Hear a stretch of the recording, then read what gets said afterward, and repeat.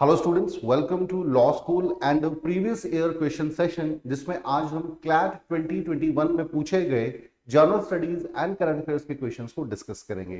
We have already discussed the one section of CLAT 2021 general studies part, और उसी का second part जो है आज हम डिस्कस करने वाले। तो चलिए स्टूडेंट, शुरू करेंगे आज का सेशन। बट बिफोर दैट थोड़ा सा एक बार नजर घुमाएं कि कितने सवाल पूछे गए थे।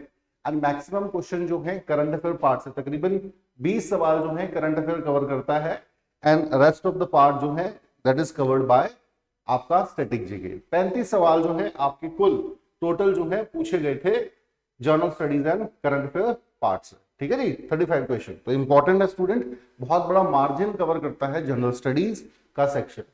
नाउ सबसे पहले हम पैसेज फर्स्ट की बात करेंगे। एज यू नो दैट कि जनरल स्टडी और स्टैटिक जीके वाला जो पार्ट है आपका, या करंट अफेयर्स वाला सेक्शन है, आपके पैराग्राफ बेस्ड ही क्वेश्चन जो है एग्जाम में पूछे जाते हैं। तो फर्स्ट पैराग्राफ यहां देखेंगे।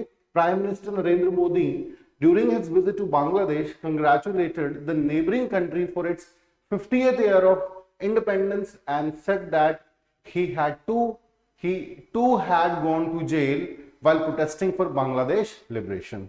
So basically liberation of Bangladesh का जो इंसिडेंट है उसको कमेमोरेट किया गया था 2021 में। 50 साल पूरे हुए थे, 50th एनिवर्सरी सेलिब्रेट करी गई थी। Narendra Modi ji visited there, meet जो उनके ऑफिशियल्स हैं उनसे बात करी और अपने अनुभव भी उनसे साझा करे। ठीक है ना। तो बेसिकली टाइटल आपको समझ आना चाहिए कि लिबरेशन ऑफ बांग्लादेश से संबंधित है। की पॉइंट्स है उनके अपने पर्सनल एक्सपीरियंसेस से रिलेटेड जो है वो उन्होंने बात करी है। I was about 22 years old when along with some friends I had protested in favor of Bangladesh during struggle. I even went to jail. तो बेसिकली इन्होंने अपने एक्सपीरियंसेस ही शेयर करे हैं और कंट्रीब्यूशन इंडियन आर्मी का रहा है। ठीक है जी, for the freedom to provide freedom to Bangladesh, उसके बारे में भी इन्होंने बात करी है। प्राइमरी इन्हीं एरिया को कवर करता है। अब जरा क्वेश्चंस की तरफ बढ़ेंगे। देखिए, पैराग्राफ में कहीं भी गांधी पीस प्राइज का जिक्र नहीं करा गया है, लेकिन सवाल आपका आ गया, the Gandhi peace prize is awarded for. ये सवाल है आपका, गांधी पीस प्राइज अवार्ड दिया किस चीज के लिए जाता है? Non cooperation gain social justice, humanitarian leadership, social and economic development in villages, social economic and political transformation through non violence. So what shall be the correct one? Kindly respond students. क्या सही answer होगा? चारों statement को ध्यान से पढ़िए। Gandhi peace prize जो है वो किस लिए दिया जाता है? तो यहां पर जिन जिन का आंसर है option D, that is correct one. It is given for the social economic and political transformation through non violence, because non violence and truth are the basic pillar of the Gandhian ideology. तो of course Gandhi peace prize में इन चीजों को recognise तो किया ही जाएगा। Question number 2, अगला सवाल भी गांधी पीस प्राइज पर ही है।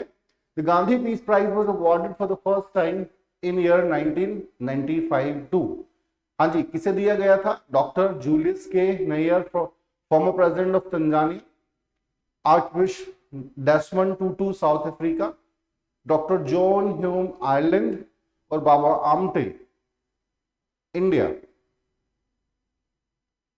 तो देखिए, अब आपको इन जनरल ही पता होना चाहिए, पैराग्राफ में चीजों का जिक्र नहीं है। तो यहाँ पे ऑप्शन जो ए है स्टूडेंट, डॉक्टर जूलियस के नेयर, जो कि प्रेसिडेंट रहे हैं तंजानिया के, 1995 में इन्हें पहली बार जो है गांधी पीस प्राइज से नवाजा गया था। Question number 3 now, which of the following Indian organisation was awarded the Gandhian peace prize in 2014, 2014 का? Defence research and development organisation, Bhabha atomic research centre, Indian space research organisation, and Radha Swami Satsang Vyas. तो these are the 4 options you have. You also have an odd one, तो कई बार उसके साथ आप जा सकते हो, लेकिन जब तक आपको एग्जैक्ट नहीं पता है तो मुश्किल होगी। थोड़ा सा मुश्किल सवाल इसलिए है बिकॉज 2014 का पूछ लिया है इन्होंने 2021 में। हाँ जी, तो यहाँ पे स्टूडेंट सी जो ऑप्शन है आपका, ISRO, Indian space research organisation is the correct one. Indian space research organisation को 2014 का आपका गांधी पीस प्राइज दिया गया। तो देखिए 3 प्रश्न तो आपके बेसिकली गांधी पीस प्राइज से ही पूछ लिए गए। Question number 4, Sheikh Mujibur Rahman served as the first dash of Bangladesh. हाँ जी, prime minister, president, home minister और डिफेंस मिनिस्टर। हाँ जी, शेख मुजीबुर रहमान जो थे वो बांग्लादेश के पहले क्या थे? प्रधानमंत्री थे, राष्ट्रपति थे, गृह मंत्री थे या फिर रक्षा मंत्री थे? सो सही जो आंसर है आपका, he was the first president of Bangladesh, independent Bangladesh. ठीक है ना, उससे पहले ईस्ट पाकिस्तान था। चलिए, तो बी यहाँ पे करेक्ट है answer. Talk about question number 5, Sheikh Mujibur Rahman was assassinated on August 15, 1960, November 15, 1975, August 15, 1975 and November 15, 1960. So what shall be the correct one, students? Kindly respond. Sheikh Mujibur Rahman कब असैसिनेट करे गए थे, कब उनको मारा गया था?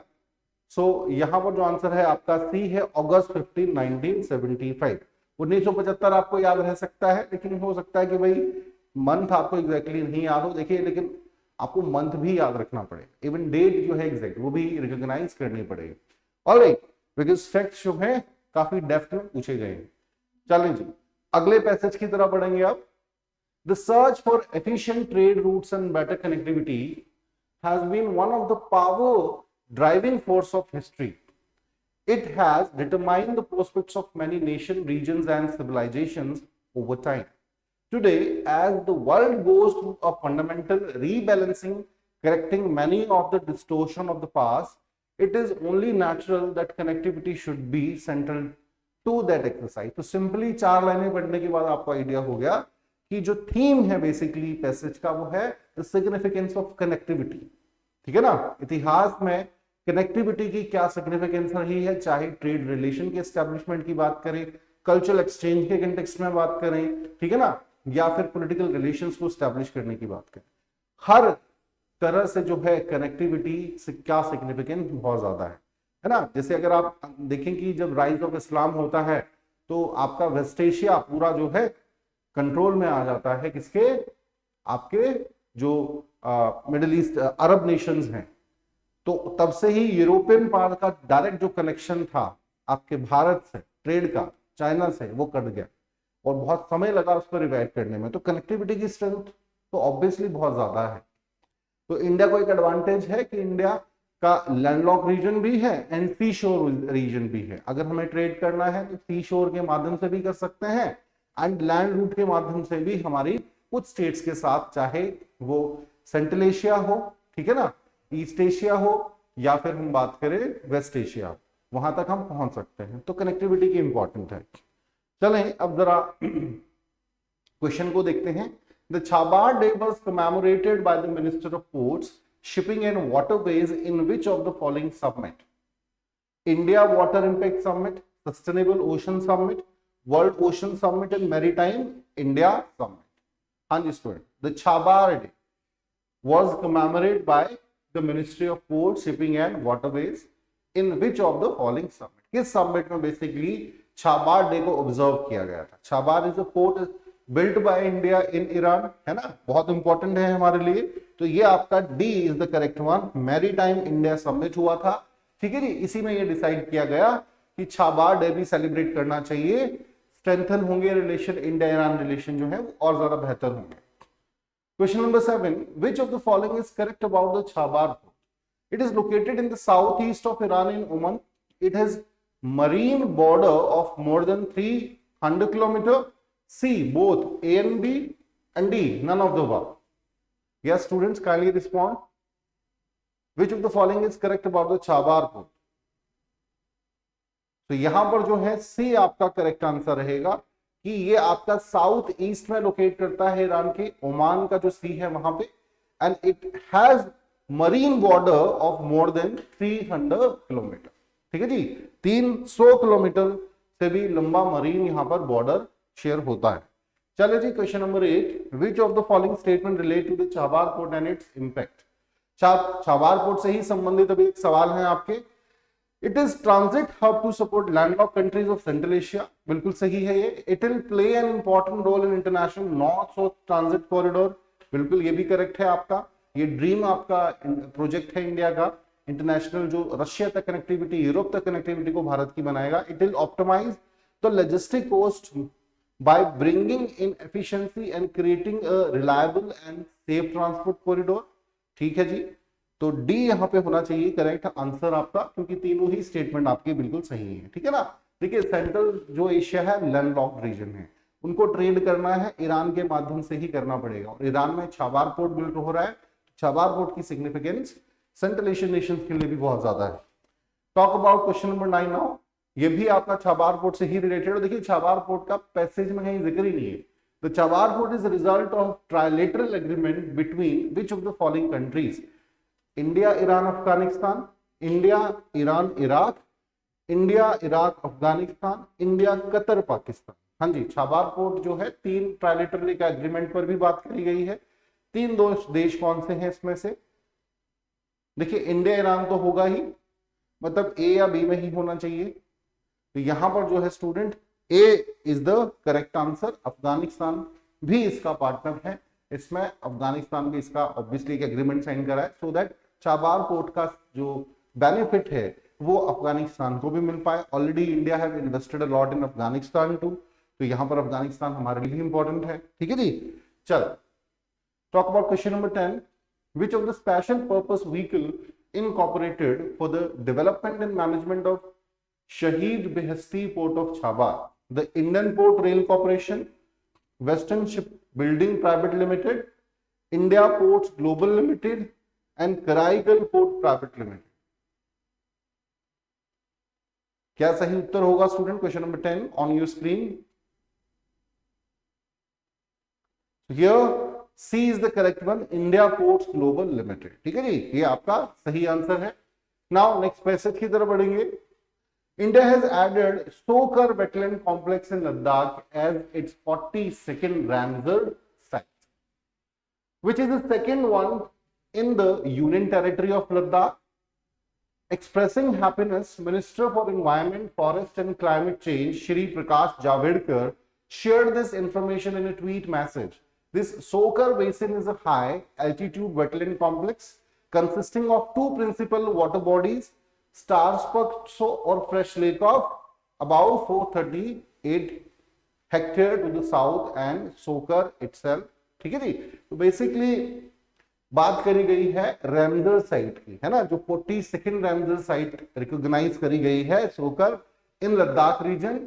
ठीक है ना, तो इसके बारे में बात करी गई है, और इसी के इर्द गिर्द जो है इसकी सिग्निफिकेंस, बायोडाइवर्सिटिकल जो सिग्निफिकेंस है उसको भी दर्शाया गया है। ठीक है जी, तो इंपॉर्टेंट है जो बर्ड एरिया है यहाँ का, इसको हाईलाइट करा गया है। बर्ड लाइफ इंटरनेशनल का भी सिग्निफिकेंस इसमें आता है, तो इंपॉर्टेंट है स्टूडेंट ये। और अब जरा देखेंगे सवाल कैसे है। पैसेज आप डिटेल में खुद पढ़ेंगे, मैं जस्ट आपको हिंट दूंगा कि भाई क्या थीम रहेगी टॉपिक की, एंड क्वेश्चंस से सवाल कैसे पूछे जा सकते हैं। Which of the following sites in India is not included in the Ramsar wetland list? So now आपको सारी Ramsar लिस्ट ही पता होनी चाहिए, तभी इस प्रश्न का आंसर कर पाएंगे, otherwise not possible for you to answer. Assam conservation reserve Uttarakhand, Dal lake Jammu and Kashmir, Kabartal wetland Bihar, Lonar lake Maharashtra. तो कौन इसमें आपका वेटलैंड लिस्ट में शामिल नहीं है? तो यहां पर स्टूडेंट बी जिनका आंसर है, डल लेक जो है जम्मू कश्मीर की, वो वेटलैंड एरिया नहीं। ठीक है ना, बाकी आपके वेटलैंड एरिया है। Talk about question number 12। The world wetlands day is celebrated on, कब मनाया जाता है वेटलैंड्स डे? फरवरी 15, 6 फरवरी, ठीक है जी, 2 फरवरी, 28 फरवरी। तो सही आंसर है सी, 2 फरवरी को जो है वर्ल्ड वेटलैंड्स डे सेलिब्रेट करा जाता है, ऑब्जर्व किया गया है। Talk about 13 question. The theme for World Wetlands Day 2021 was, क्या थीम क्या थी? Wetlands and climate change, wetlands and waters, wetlands and biodiversity, wetland for our future sustainable livelihood. हाँ जी student, what shall be the correct one? Kindly answer.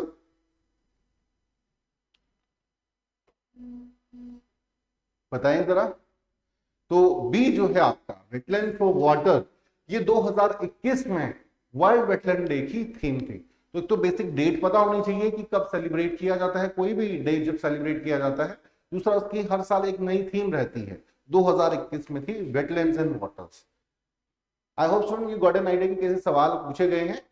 The world's largest mangrove forest is located in Sundarban mangrove, Pichavaram mangrove, Florida mangrove, Godavari Krishna mangrove. तो ये तो बहुत simple है भाई, कहां पर है दुनिया के सबसे लार्जेस्ट मैंग्रोव? ऑप्शन ए जो है आपका करेक्ट वन है, सुंदरबन। सुंदरबन का जो मैंग्रोव रीजन है आपका, वो लार्जेस्ट दुनिया का माना जाता है। Talk about question number 15 now. On the occasion of the World Wetland Day 2021 and as a part of commitment towards conservation, restoration and management, India's wetland establishment of the center was announced by the name of, थोड़ा सा लेंदी question है ये, centre for wetland and coast management, centre for wildlife conservation and management, centre for wildlife management and centre for wetland conservation and management.